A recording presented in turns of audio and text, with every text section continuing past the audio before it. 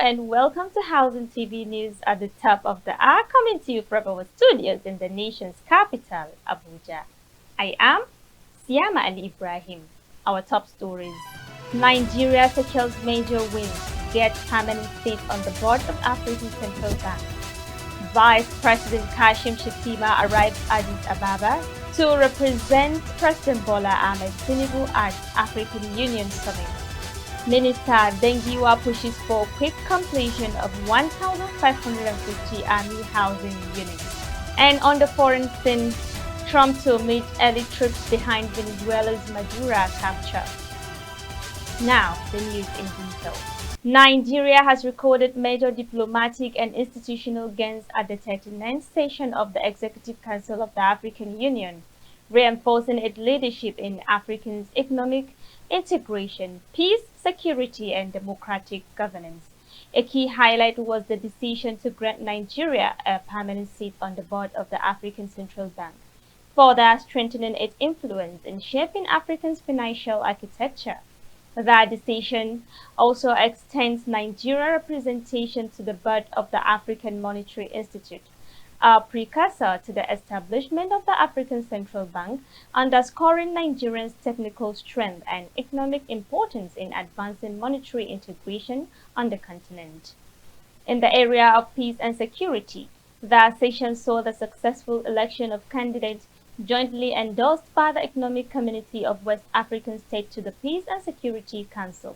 The outcome reflects strong unity, cooperation, and shared commitment among ECOWAS member states to promote regional stability and collective security across Africa. Nigeria also demonstrated leadership in strengthening democratic governance by hosting a ministerial high-level panel or regional partnership for democracy, which brought together ministers, senior officials, and international delegates to discuss strengthening democratic institutions, inclusive governance, and regional collaboration.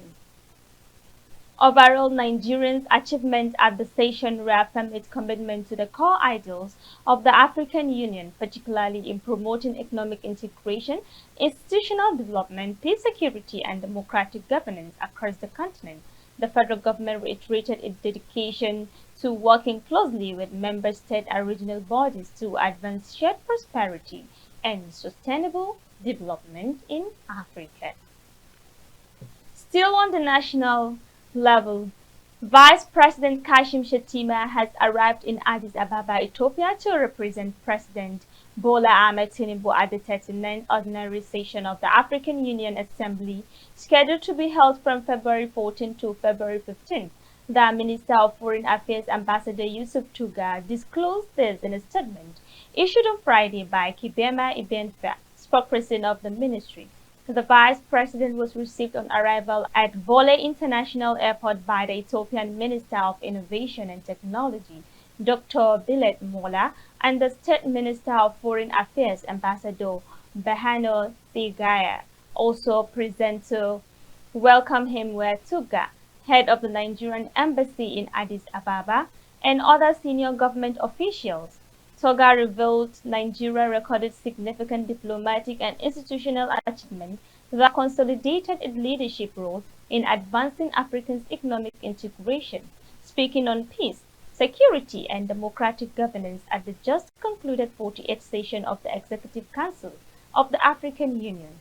Toga said a major highlight of the meeting was the Council's agreement to grant Nigerians a permanent seat on the board of the African Central Bank. He described this as a landmark development, underscoring Nigeria's strategic role in shaping Africa's financial architecture.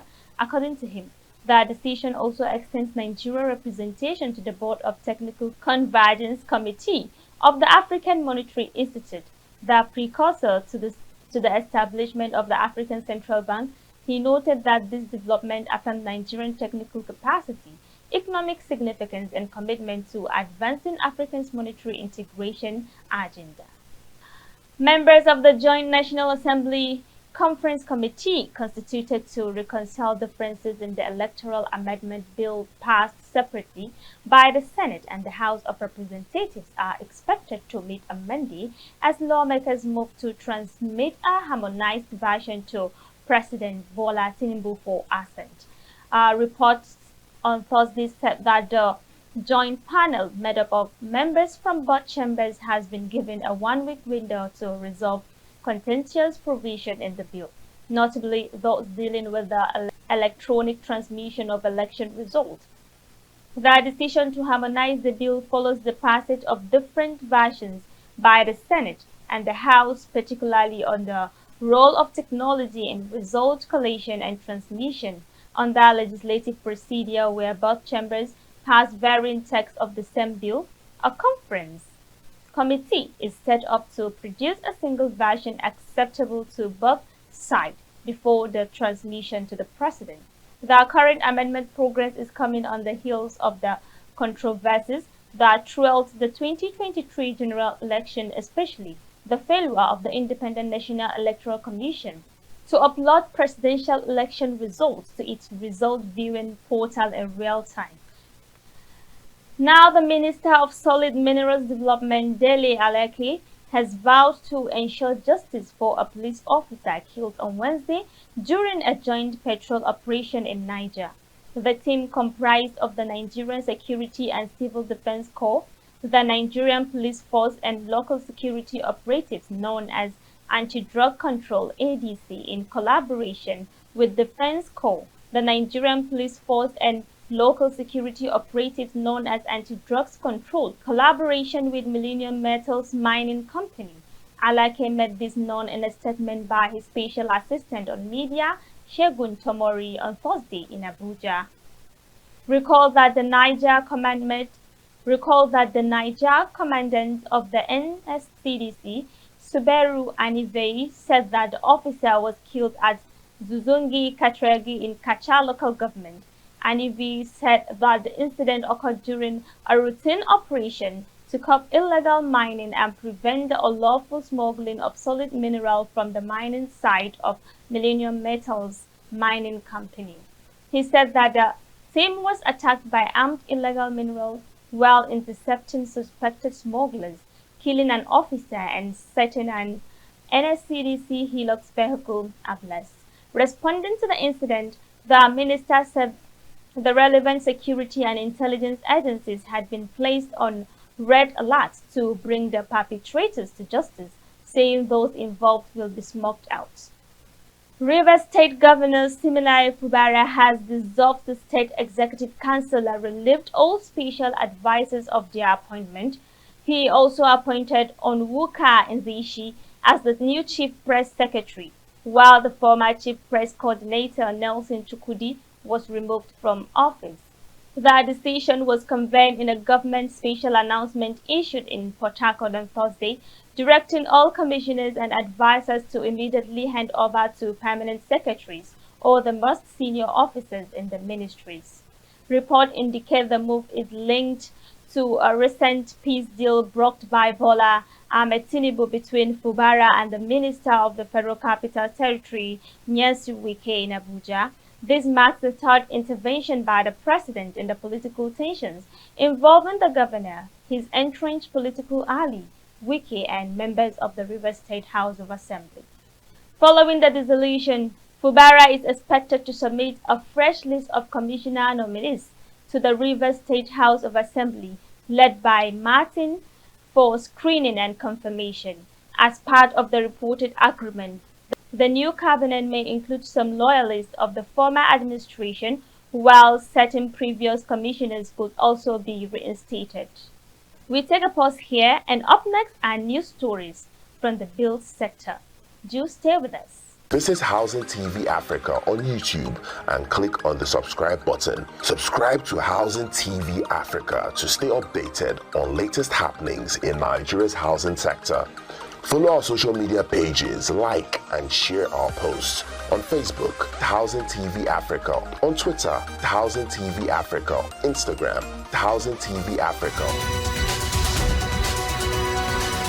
Welcome back. Glad to have you join us on Housing TV News at the hour. Now, to the build sector. Minister of Housing and Urban Development Ahmed Musa Dangiwa has ordered the speedy completion of the 1,550-unit Nigerian Army housing project in Abuja, in line with President Bola Ahmed Tinubu's commitment to improving military welfare. During an inspection, Minister Dangiwa said the project, developed under the Renewed Hub Housing Program, will provide modern barrack-style accommodation for personnel and their families. He disclosed that the president has set a 2 to 3 month deadline, with commissioning expected by late March or early April. Developers expressed confidence in meeting the timeline. The federal government has officially announced the completion of the limited rehabilitation of the Kaga-Gubi Road in Borno State. This infrastructure intervention is aimed at restoring critical transit links within the Northeast region, facilitating the movement of goods and people across a corridor previously hampered by degradation. The completion of the project was disclosed by the Federal Ministry of Works, marking a significant milestone in the government's effort to maintain and upgrade strategic federal road networks. The Kaga-Gubi axis serves as a vital artery for agricultural commerce and local computing in Borno State, connecting several agrarian communities to the state capital and neighboring local government areas. And finally, the international news. United States President Donald Trump is set to meet on Friday with the Special Forces soldiers who captured Venezuela's leader Nicolas Maduro during a deadly military raid in Caracas in January. The White House confirmed that First Lady Melania Trump will accompany the president to greet the troops at the Fort Bragg military base in North Carolina. The dramatic operation took place under the cover of darkness as the U.S. forces stormed a heavily secured compound in the Venezuelan capital on January 3rd, capturing Maduro and his wife, Celia Flores. Venezuelan officials reported that the assault, which began with U.S. airstrikes on military targets, left 83 people dead and more than 112 others injured. No U.S. service members were killed during the raid. Maduro is currently being held in detention in the United States, where he faces charges related to drug trafficking and other crimes. That's much we can take on Housing TV News at the hour. But before we go, let's take a recap of our topic. In our news, you had Nigerian secured major wins get permanent seats on the board of African Central Bank. Vice President Kashim Shettima arrives at Addis Ababa to represent President Bola Ahmed Tinubu at African Union Summit. Dangiwa pushes for quick completion of 1,550 Army housing units. And finally, on the foreign scene, you had President Trump to meet elite troops behind Venezuela's Maduro capture. For more news on the housing sector, subscribe to Housing TV Africa on YouTube and follow Housing TV on all social media platforms. Download the Housing TV Africa on mobile app on Google Play Store and Apple Store. Many thanks for watching. I am Siamali Ibrahim. Bye for now.